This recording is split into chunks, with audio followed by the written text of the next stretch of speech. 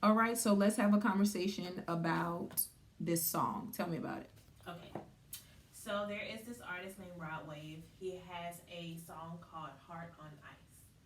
And he talks about the fact that things have happened and it has caused him to put his heart on ice. So the first line of the song is, heart's been broke so many times, don't know what to believe. Mama says it's my fault, I wear my heart on my sleeve.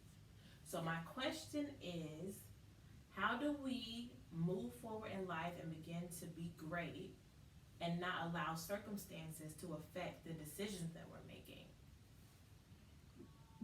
You would have to decide not to allow circumstances to affect your decisions.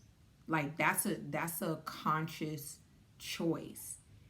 Because when you have a destination set in your GPS that says I'm going to Atlanta and you're in Virginia, it's like there's going to be traffic, there's going to be rain, there's going to be detours, there's going to be gas stop, restroom stops, food stops. It's going to be all these types of things. But when you get off to get some food or some gas or something, and then somebody decides that they want to pop off or they want to do something, then you have to decide, am I going to respond or react to this person, or am I going to get in my car and continue on my journey?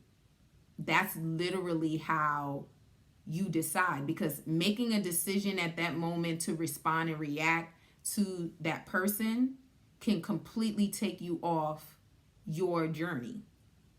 Right. But then you have to consider relationships. Mm-hmm. You know what I mean? So at the end of the day, it's not some average Joe on the corner, it's your mom.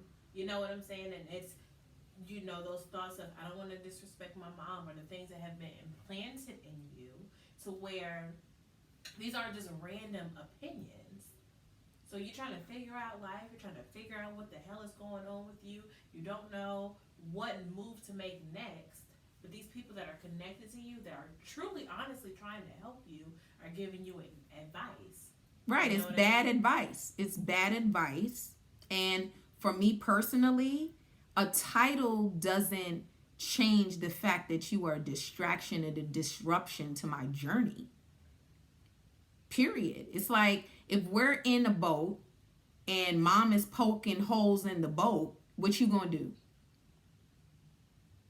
How many times do you have to plug the hole before you kick mama off the boat, or pull over to a nice spot and say, "Hey ma, over there," and then boom, pull off? How many when? How many times she's poking the hole in the boat? What do? Why does it make any difference? You'll pop off on a stranger, or I mean, you'll dismiss a stranger like whatever. You're not gonna stop me. Why shouldn't it be even a quicker dismissal when it's somebody who's supposed to be on the team? Because they wouldn't even have access to the boat if they wasn't the mama. That is true. So how do you break that emotional bond? Because it is your bond. In logical terms, it sounds good. It's just a person, but this is somebody that raised you. This is somebody you've grown up around. So it's not easy enough to just say, "That's my mom, but she fucking up. Let me just cut her off." There's still a bond or an emotional attachment or a level of it's a level of commitment or loyalty that you have because this person did bring you into this world. Right, they brought you into this world and they were supposed to train you up in the way that you should go. There is a exit strategy. It's where there's nurturing stage that you go through with a parent. Because I'm a mother, I am a mother, and I'm like, listen, I don't give you the breast anymore. We've grown from that. If I didn't wean my kids off the titty, they'd still be on the titty. 13, ma, good morning, on the titty. But there was a weaning process. There's a weaning process off of Pampers. There's a weaning process off of baby food. But yet we don't understand there's an emotional weaning process that should take place. And if the parent doesn't transition you, then you need to transition yourself. You grown. That's tea. That's tea.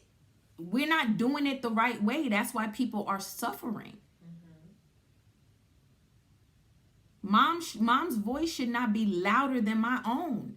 And the part of parenting that we don't do is we don't say, I need you to hear yourself louder than you heard me. I got you to this point. Now you need to trust yourself, because we've spent these years getting you clear on who you are, what you want, and how you're going to get it. Now it's time to go get it.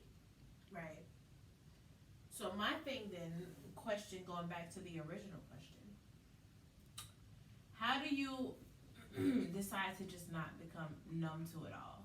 Because mom wasn't there for you, friends weren't there for you, family wasn't there for you, to the point to where you feel like, I'll just get through it by myself, even if that means you end up being successful, or even if that means you end up, you know what I'm saying, looking great on paper. How do you make sure that you don't become numb to everything around you? How do you make sure that you keep moving forward to your personal purpose, your personal goals, and you don't allow these things to affect you? Because you can even think it's like a lot, like, you know, subconsciously, but how do you really be okay with it? You know what I mean? Yeah, you have to connect to purpose, not people.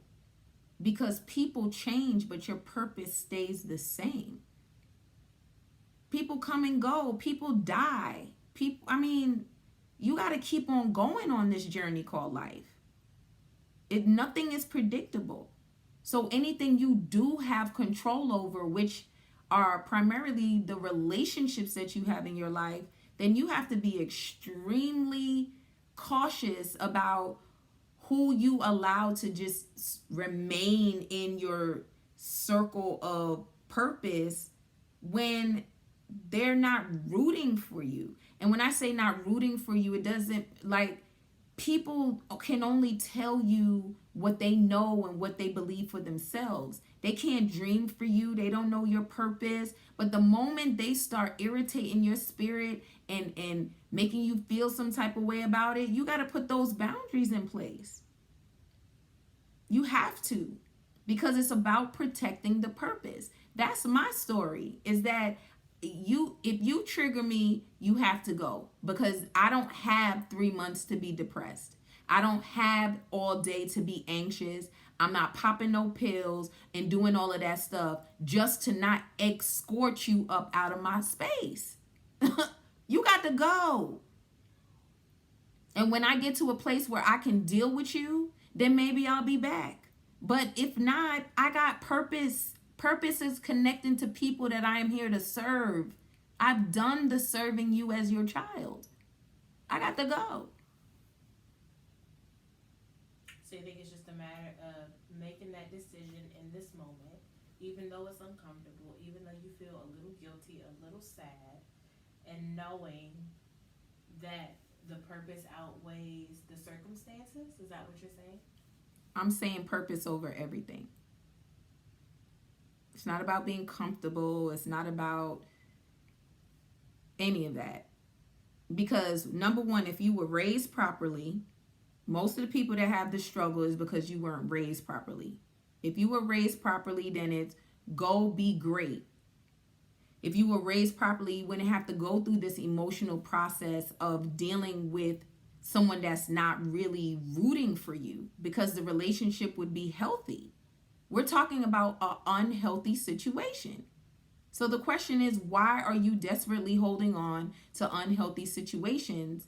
Because I can guarantee if you're struggling with this is how you play out in other relationships in your life. And you learned it honest. So until you can pluck out the root, it's going to manifest in your life in some sort of way. And that's you deciding, just because you won't do what you need to do for yourself. Doesn't matter who it is. If your mama came right now, she got bit by a vampire and she's coming to bite you on your neck, you going to sit there and be like, Ma, stop tripping? Stop playing. She gonna bite your whole face off. You gonna have to shoot her, right or wrong. Right or wrong. I'm gonna just speak from my experience. I'm not gonna lie. I don't know. That's where I'm at in my journey. That's real. That's where I'm at in my journey. I don't know. That's real. And so, for me, there is a loyalty issue. The question then would be for you, which is, why are you more loyal to other people? I don't care who it is. More loyal to other people than you are to yourself. Because mom is about to bite you. You got all these hopes, all these dreams, all of these purpose, everything you want to fulfill. You can't sleep at night. You want it so bad. But here she come about to bite you.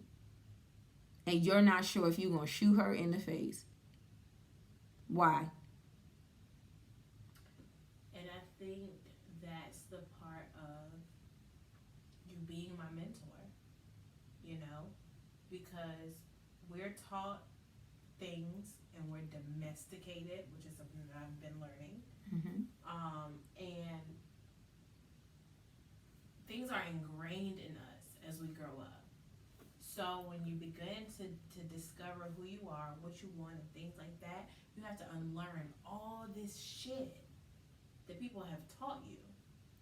So for somebody who's low-key still in the matrix, quote unquote, what is that first step that allows you to choose purpose over everything? Because you don't just wake up one day and say, oh, purpose over everything. You got to get to that space. Because it's not working. Like, let's stop pretending that this is okay. It's not okay. The things that people are doing. I don't care who the person is. It's not okay. I don't like it. Stop doing it. And if you don't stop doing it, then I'd rather be out here in this world by myself than to sit here and take this crap from you, because you are teaching me that I am crap. And then I go out there and I show up like crap in the world. It's not okay. It's just not okay. That I got to that point where I'm like, listen, I'd rather be by myself than to be in suffering, because pain is inevitable, but suffering is a choice. It's a choice. So the question is, why are you allowing yourself to suffer, Natalie? Why are you even going back and forth with this person? Why are you letting this person control your emotions? I just spent an hour and a half going off about what this person just did. I could have wrote a whole script in 90 minutes. But you distracted me, and you do that every single time you come around. I have to be away from you until I am strong enough to deal with you. So that's really the first step, is get strong enough. Get strong enough, because some people are not going to be able to just be like done with them, because everybody's, condition is different, like you said. But you have to at least allow yourself to get strong enough. So I say always start with 30 days no contact. 30 days no contact. Get that cancer out of your system. Breathe. See what your life is like for 30 days when you ain't got some negative bashing person in your ear, and see who you are. Okay. Last question then. In those 30 days, how do you not have the guilt or the sadness, because you're still attached? You're still attached in those first days. How do you put yourself first enough to even see what it feels like? No guilt, no shame. 30 days, I'm gonna do this. What does that 30 days look like for the person that has been programmed, that's still attached? It looks like rehab. It looks like, oh, I'm okay, okay. I'm not okay. I'm not okay.